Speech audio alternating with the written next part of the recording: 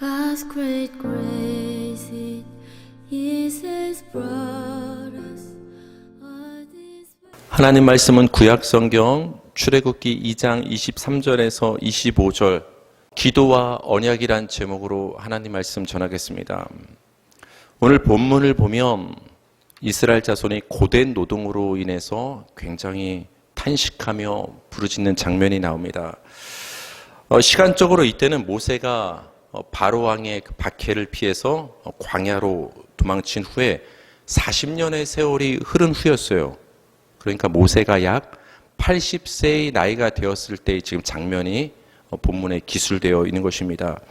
사실 이스라엘 자손이 고된 노동으로 말미암아 괴로움을 당한 것은 모세가 태어나기 훨씬 전부터 시작된 일이었습니다. 우리 출애굽기 1장 8절을 같이 읽을까요? 시작.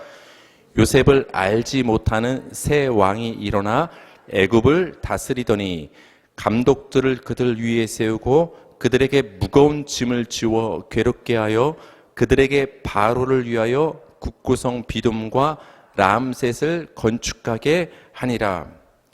시간이 흘러서 요셉을 알지 못하는 새 왕 바로가 이제 들어서게 됐습니다.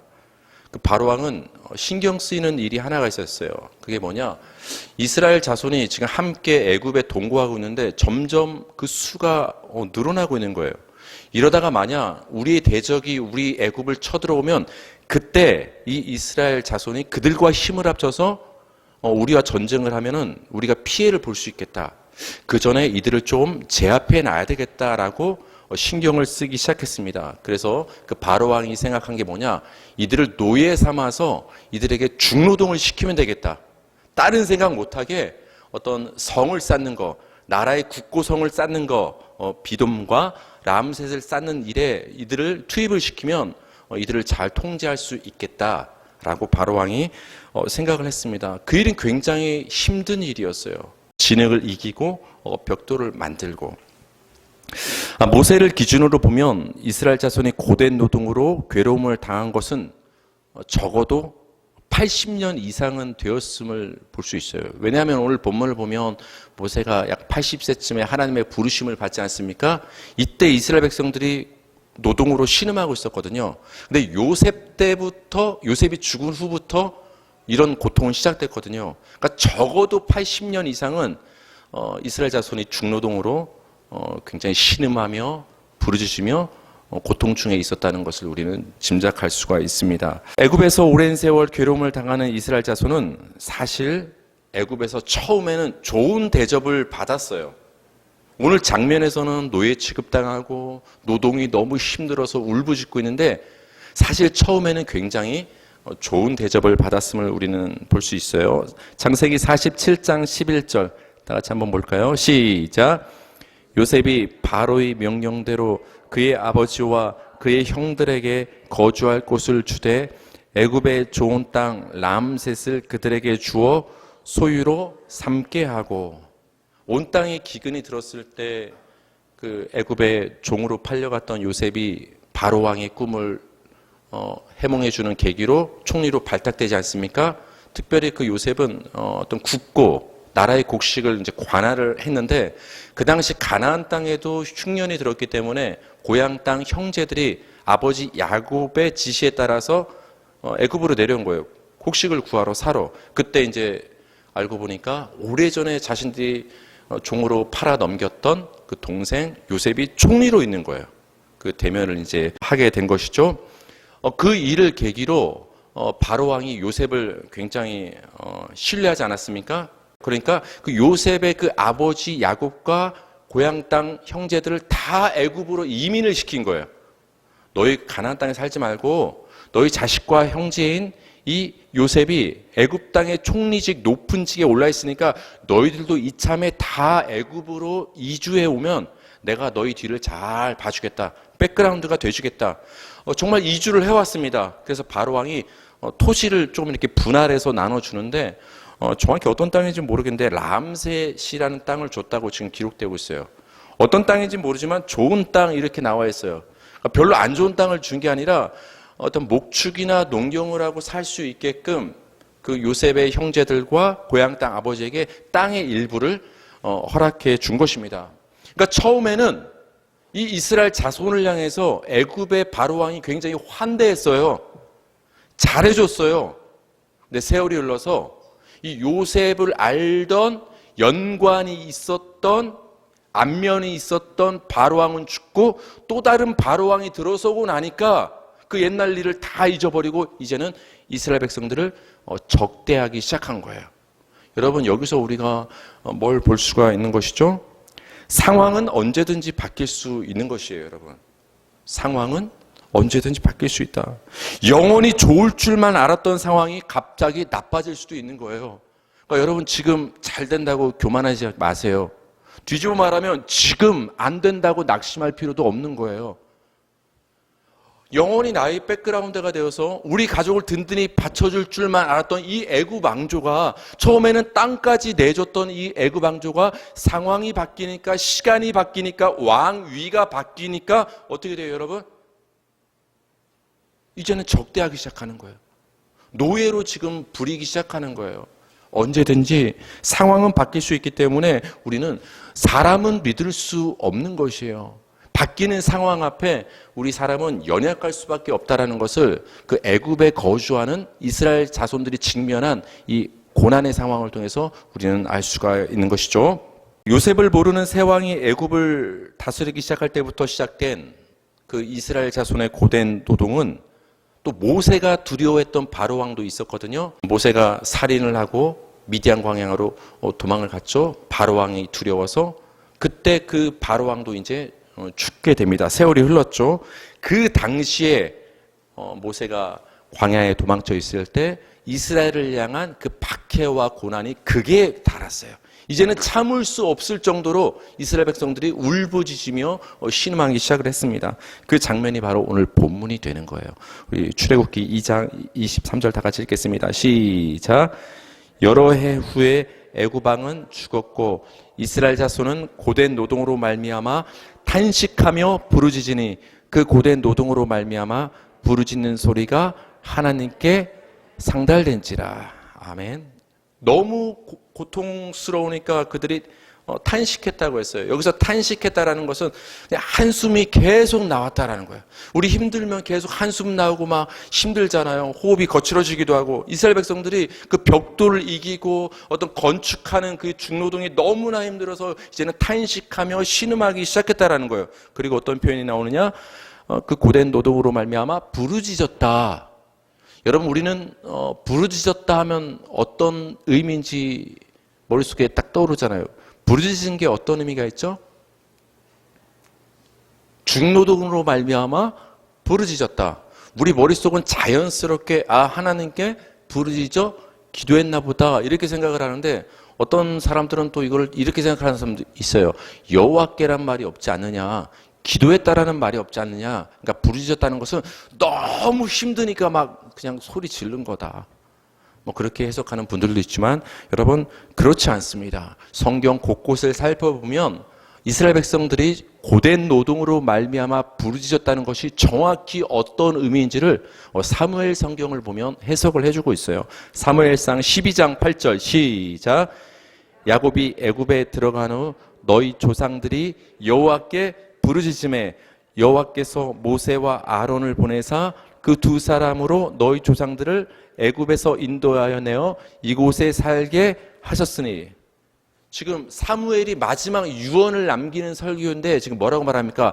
이스라엘 자손들아 들으라. 옛날에 이런 일이 있었다. 너희 조상들이 애굽에서 중노동으로 말미암아 탄식하며 부르짖으며 고난 중에 있었다. 그때 너희 조상들이 누구한테 부르짖었다? 오늘 본문엔 그런 말이 안 나오지만 사무엘 선지자가 훗날 그 옛날 조상들이 부르짖었다는 것은 하나님께 부르짖었다는 의미가 있다는 것을 지금 정확히 얘기해 주는 거예요. 그럼 여호와께 부르짖은 게 뭐예요? 뭐 해달라고 부르짖은 거예요? 하나님 도와달라고. 이 부르짖음은 단순한 고통의 부르짖음이 아니라 하나님 도와주세요. 하나님이 도와주지 않으면 우리는 여기를 탈출할 수가 없습니다. 우리는 평생 고통 중에 일하다 죽을 수밖에 없습니다. 하나님 제발 도와주세요.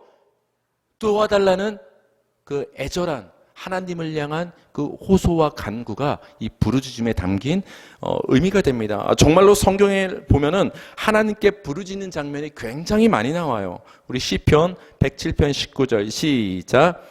이에 그들이 그 환난 중에 여호와께 부르짖음에 그들의 고통에서 구원하시되.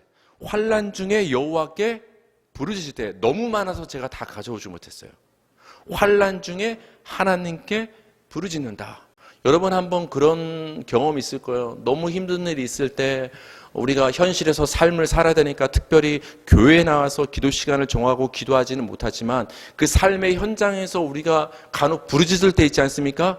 소리를 내서 부르짖을 때도 있고 마음속으로 부르짖을 때도 있단 말이에요. 너무 힘들면 사람은 부르짖을 수밖에 없는데 특별히 우리가 하나님을 믿는 우리는 하나님께 부르짖어 기도할 수가 있는 것이죠. 우리 사무엘하 22장 7절 다 같이 읽겠습니다. 시작.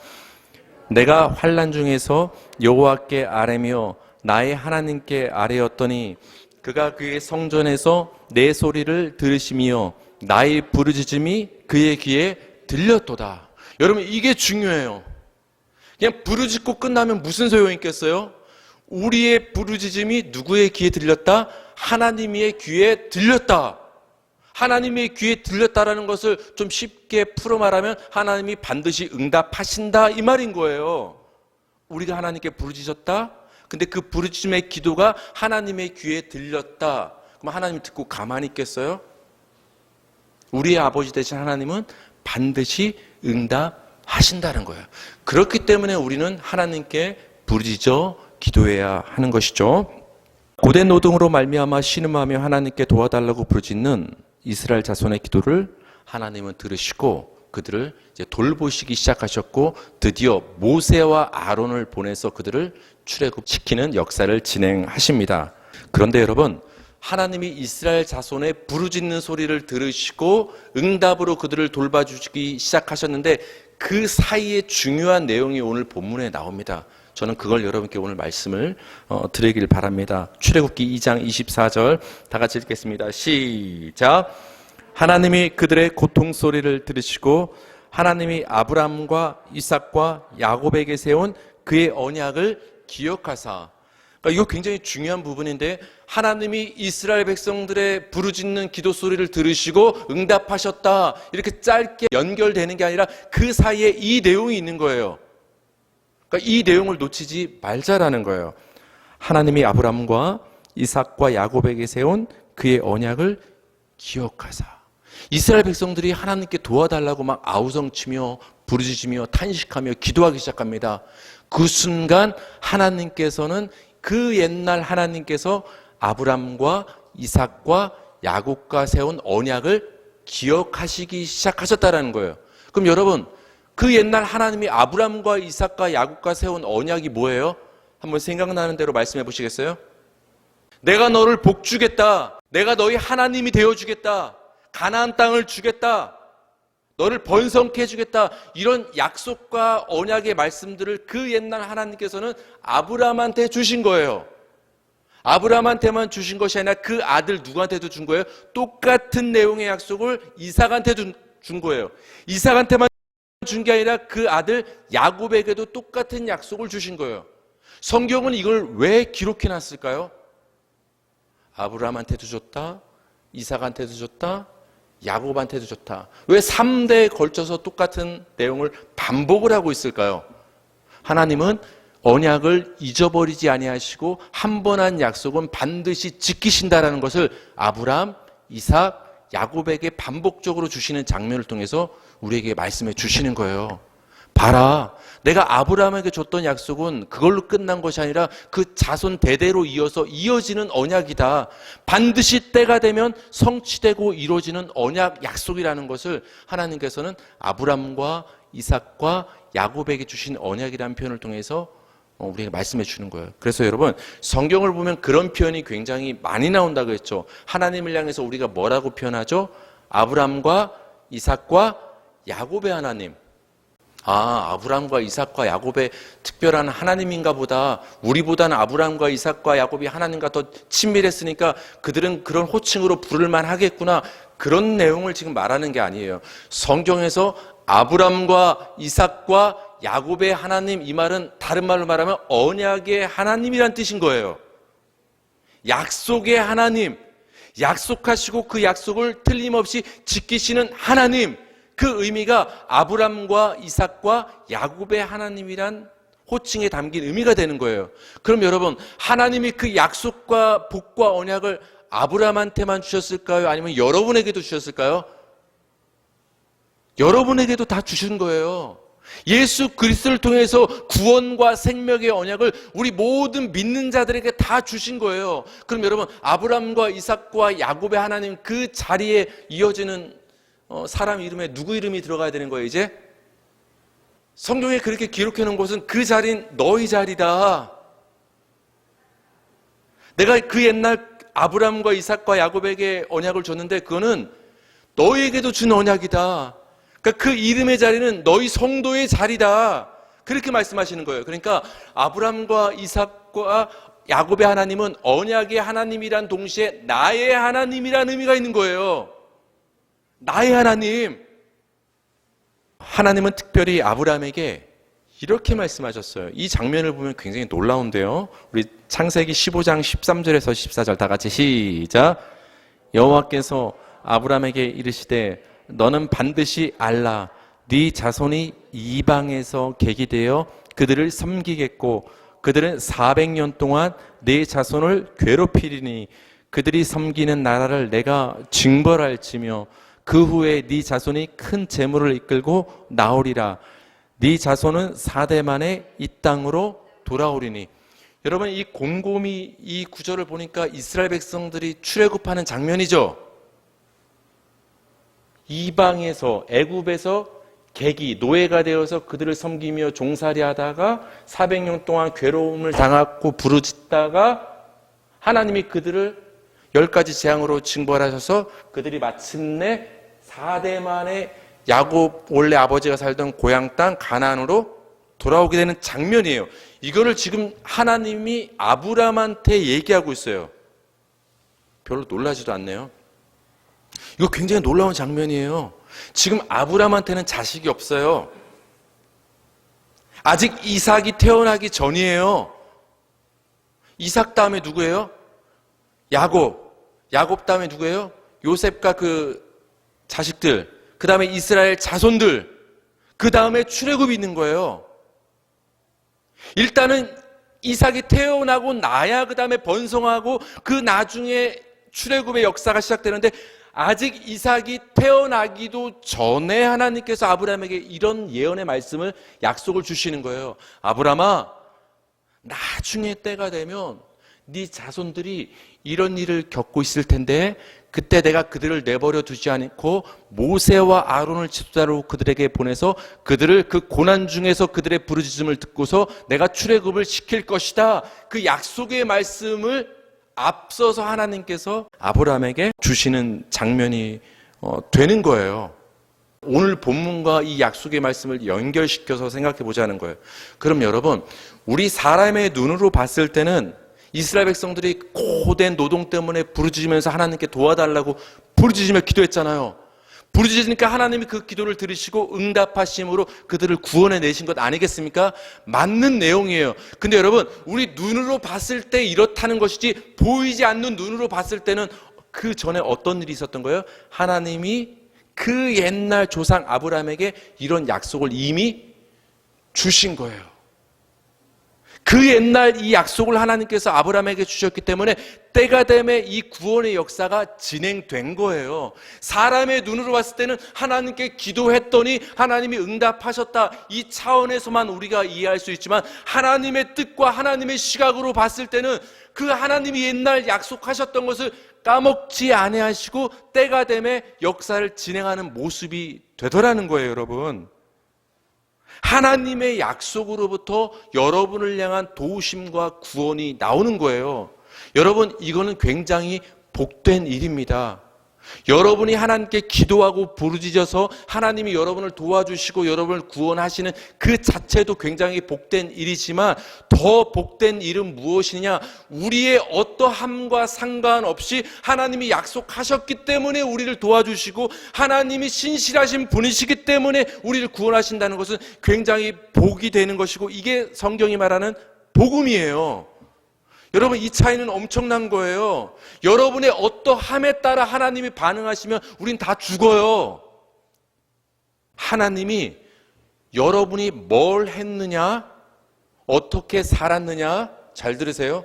여러분이 어떠하냐를 보고서 여러분을 판단하시고 하나님이 여러분을 심판하신다면 살아남을 자는 아무도 없어요. 여러분의 어떠함에 따라 하나님의 도우심과 구원이 흔들리는 게 아니에요. 여러분, 이게 너무나 감사한 일 아니에요? 그것과 상관없이 하나님이 약속하셨기 때문에 하나님이 여러분을 복주시기로 하나님이 결단하셨기 때문에 그 하나님의 성품으로부터 하나님의 도우심과 구원이 우리를 향해서 흘러나오는 거예요. 우리 성도는 그거를 바라보고 그걸 의지하는 거예요.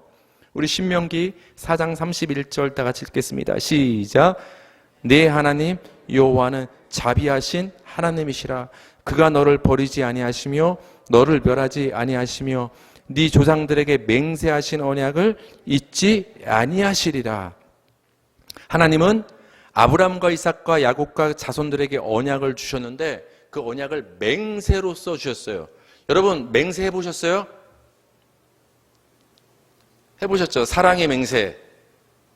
검은 머리가 파풀이가 되도록 내 옆에 있는 이 사람을 끝까지 사랑하겠다, 책임지겠다.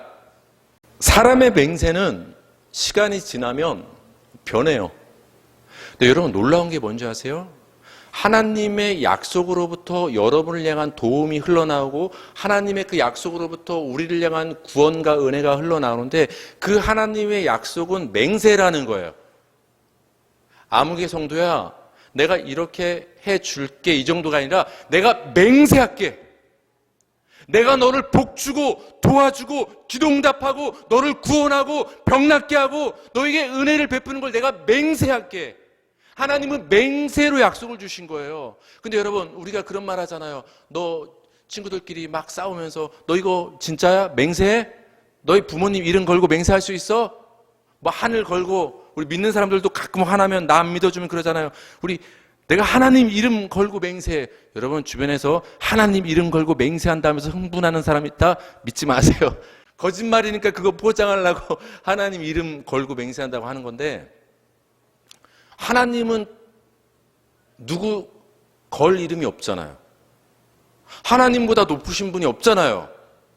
그래서 여러분, 하나님은 자기 삶과 이름을 두고 맹세하시는 분이세요.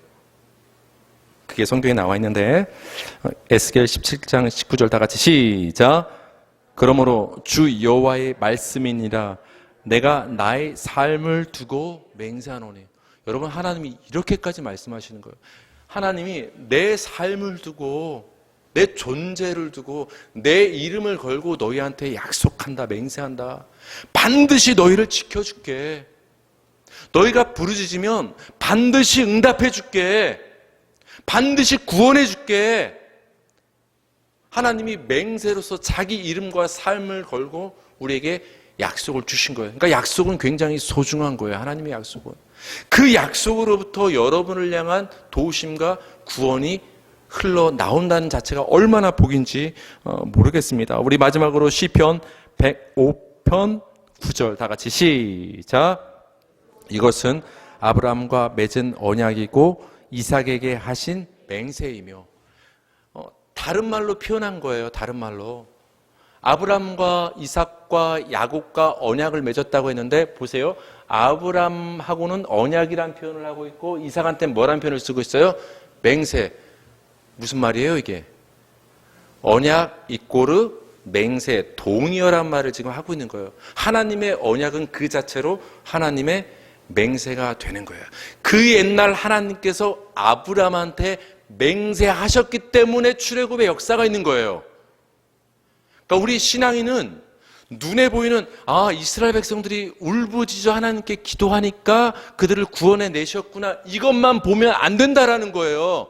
그 이면에는 그 옛날 하나님이 약속하시고 맹세하셨기 때문에 그 약속을 이루기 위해서 그들을 구원해 내시고 출애굽의 역사가 진행되었다라는 거예요.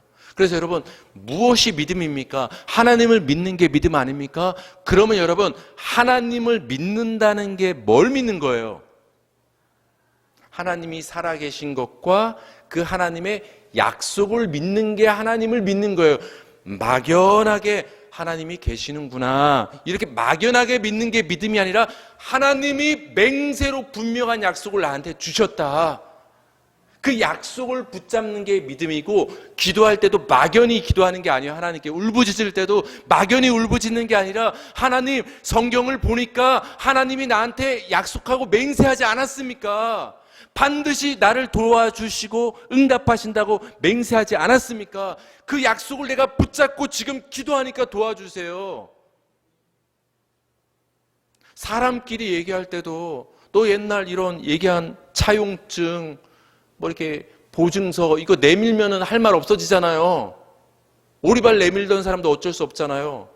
우리가 하나님 앞에 그렇게 뭐 하는 건 아니지만, 하나님께 우리가 기도할 때도 하나님, 맹세하지 않았습니까? 약속하지 않았습니까? 하나님은 그 약속을 틀림없이 지키시는 변함없는 신실하신 하나님임을 믿습니다. 그걸 붙잡고 기도하시는 거예요. 그때 하나님이 응답하시는 거예요. 여러분, 둘째 아들 탕자가 고향 땅으로 돌아올 때 뭘 선물 꾸러미를 이렇게 싸들고 아버지께 금이 환영했습니까? 아니면 너덜너덜 거지가 돼가지고 볼품없이 자격 없이 아버지께 돌아왔습니까? 우리는 다 거지같이 하나님 앞에 나오는 거예요.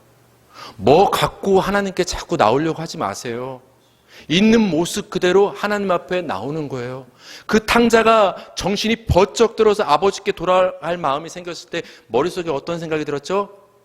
난 여기서 굶어 죽는데 고향 땅 아버지는 너무나 풍성하신데, 아버지한테 가서 종살이라도 하면 나는 굶어 죽지 않을 텐데, 뭘 생각한 거예요?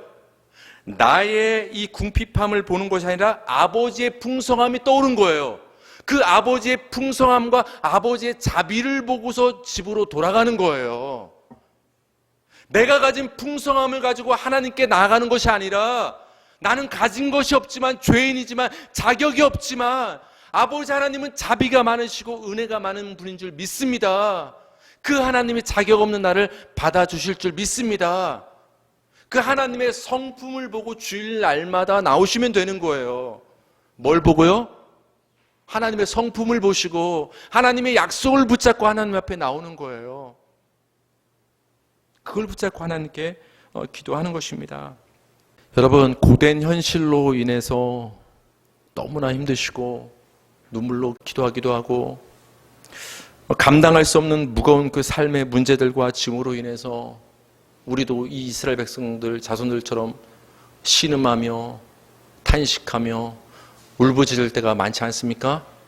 남한테 말 못할 고민으로 인해서 아파하며 고난 중에 있을 때가 있지 않습니까? 그때 여러분, 하나님께 부르짖어 기도하시기 바랍니다. 하나님은 반드시 여러분의 부르짖음을 들으시고 응답해 주시는 거예요. 더 중요한 것은 그 하나님께 부르짖어 기도할 때 그 하나님의 성품과 하나님의 약속을 바라보며 하나님께 부르짖으며 기도하라는 거예요. 하나님은 여러분을 절대로 외면치 아니하시고 여러분의 기도를 들으시고 응답하실 것을 축복하며 말씀을 마칩니다.